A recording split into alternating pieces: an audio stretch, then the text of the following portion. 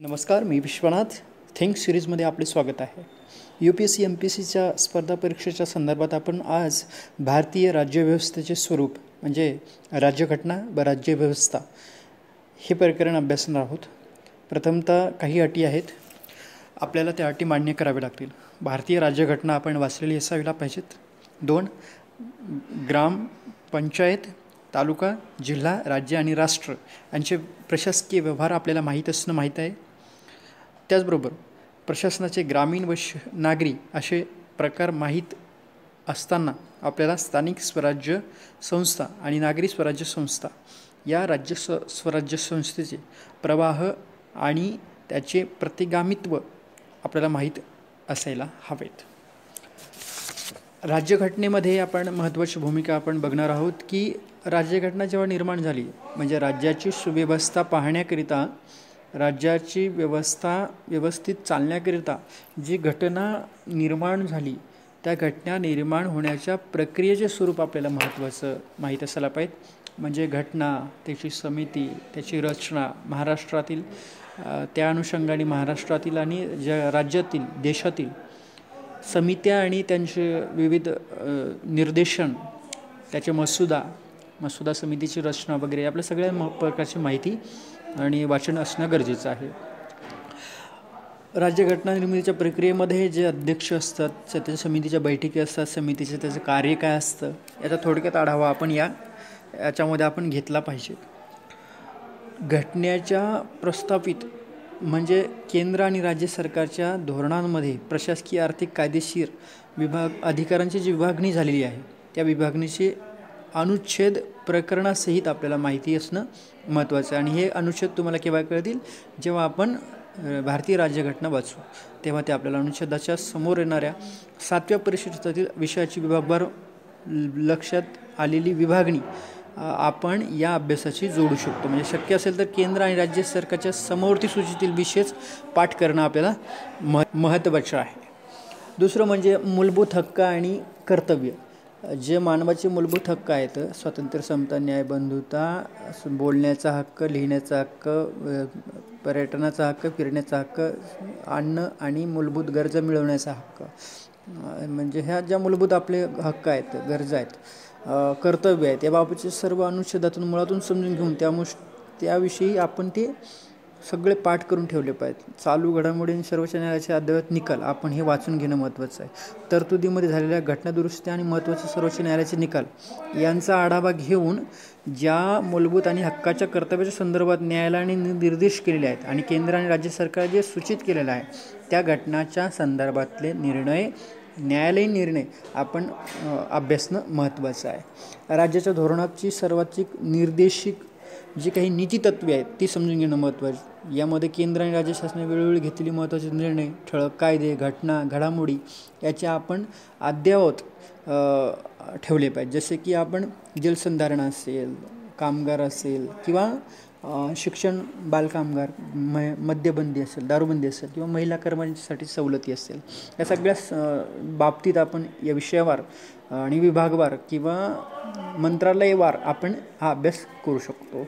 दुसरी गोष्ट असं आहे की राज्यघटनेमध्ये दिलेली तरतुदीची जी काही प्रक्रिया आहे ती व्यवस्था समजून घेणे गरजेचं. जी घटनादुरुस्ती होत राहते, या घटनादुरुस्ती का होते, का करायची असते, दर काळावर ह्या घटनादुरुस्त्या का होत असतात किंवा या घटनादुरुस्त्या होण्यामागची प्रभाव क्षेत्रे कोणती आहेत, धार्मिक, राजकीय, आर्थिक, नैतिक, सांस्कृतिक, राजनैतिक, भौगोलिक किंवा सामाजिक, या सगळ्या सांस्कृतिक या परिप्रेक्ष्यात बघता आपण या घटनांची प्रभावक्षेत्रे, घटनादुरुस्तीची प्रभावक्षेत्रे कशी आहेत हे समजून घेणं महत्त्वाचं आहे.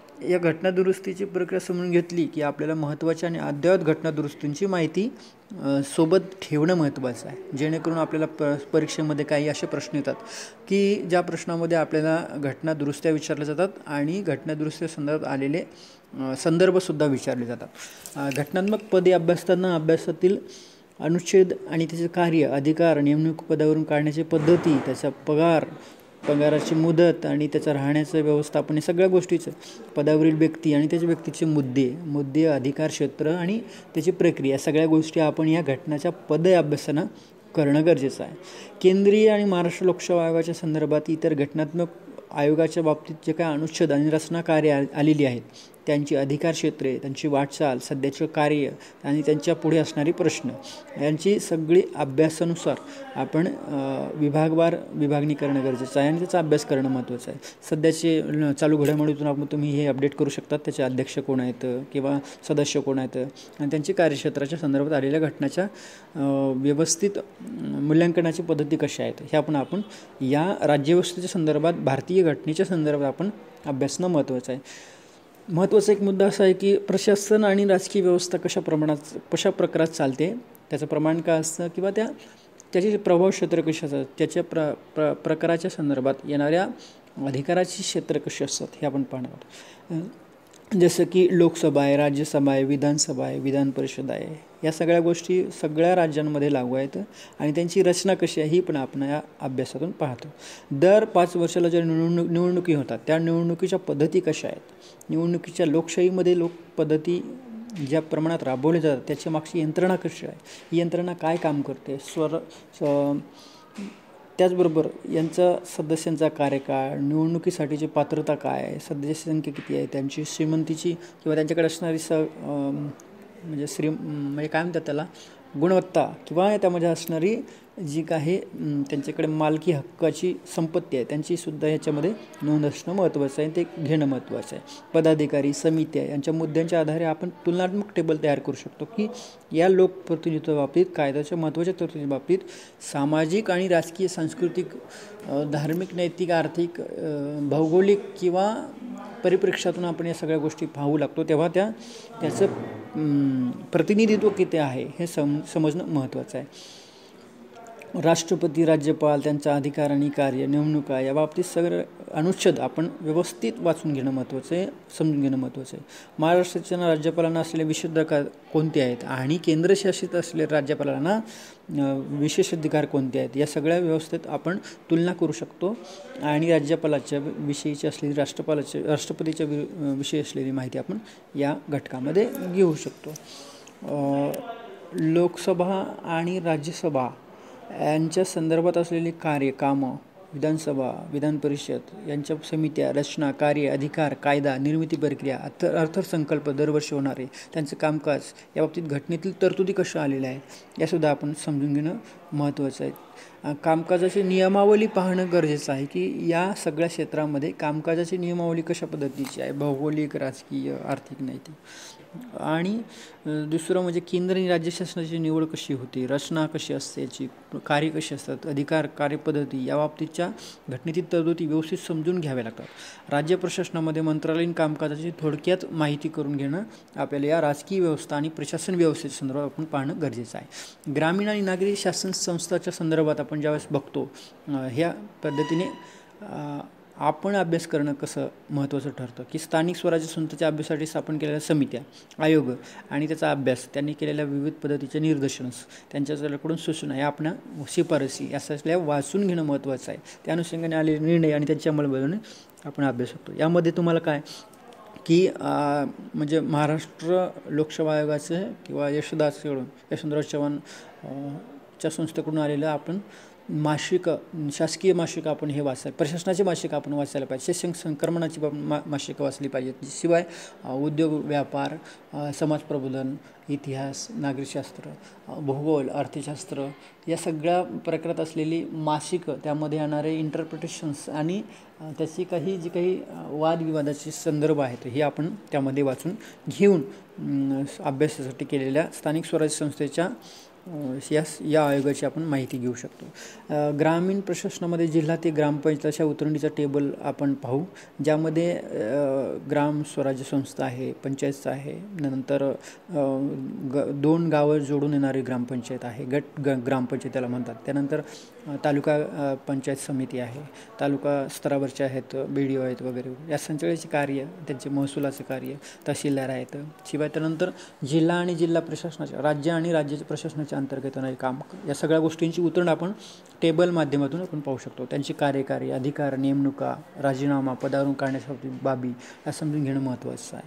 म्हणजे याचबरोबर आपण ज्या काही शहरी आणि स्वराज्य संस्थांची त्यांचे प्रकार, निवडणूक, कार्यरचना, अधिकार याबाबतीत सुव्यवस्थित समजून घेणं, अभ्यास करणं महत्त्वाचं आहे. तिसरं म्हणजे 73वी जी आणि 74वी जी घटनादुरुस्ती झालेली आहे, या घटनादुरुस्तीच्या अनुषंगाने जे येणारे समिती, स्थानिक स्वराज्य संस्थांचे सोपवलेले विषय, मसुदे आणि त्या अनुषंगाने येणाऱ्या बदलाच्या भूमिकेच्या संदर्भात म्हणजे राजकीय आणि धार्मिक बाबीच्या ज्या काही कोटी आहेत, या कोटी समजून घेणं महत्त्वाचं, त्यांचा प्रभाव कसा आहे या घटनादुरुस्तीवर ते पण समजून घेणं महत्त्वाचं आहे. या घटनादुरुस्तीने पुढील काळात काय बदल होत असतील किंवा संरक्षण क्षेत्रावर काय परिणाम होतील किंवा नागरी, शेतकरी, शेती, कृषी आणि औद्योगिक क्षेत्रावर किंवा सांस्कृतिक, धार्मिक, राजकीय बाबतीत काय परिणाम जाणवतील याचीसुद्धा आपण या घटनादुरुस्तीमधून अभ्यास करू शकतो. स्थानिक स्वराज्य संस्थेचे पदाधिकारी याच प्रशासनाचा भाग आहेत. त्यांच्या निवडणुकीच्या बाबतीत तरतुदी, कार्यकाळ, विसर्जित करण्याचे अधिकार, राज्य निवडणूक आयोग, त्याची रचना, कार्य,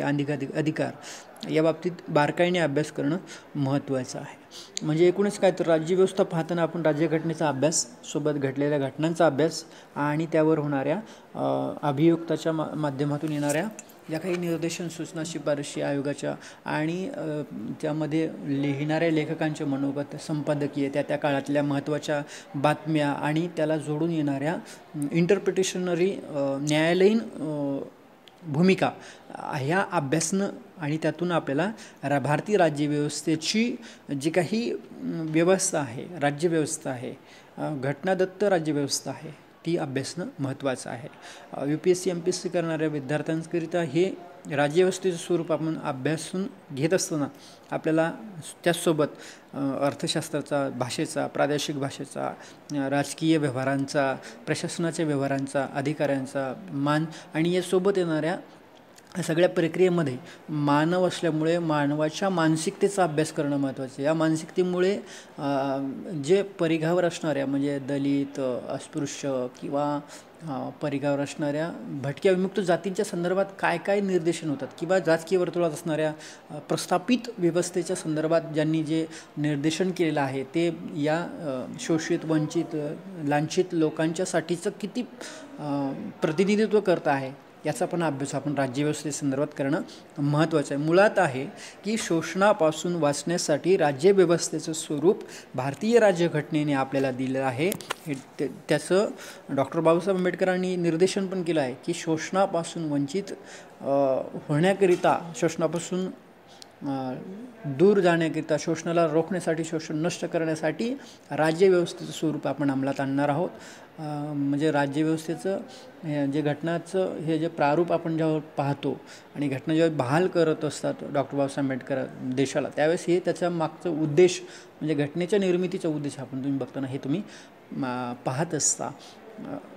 त्या अनुषंगाने आपण अभ्यास करणं गरजेचं आहे. धन्यवाद. विश्वनाथ.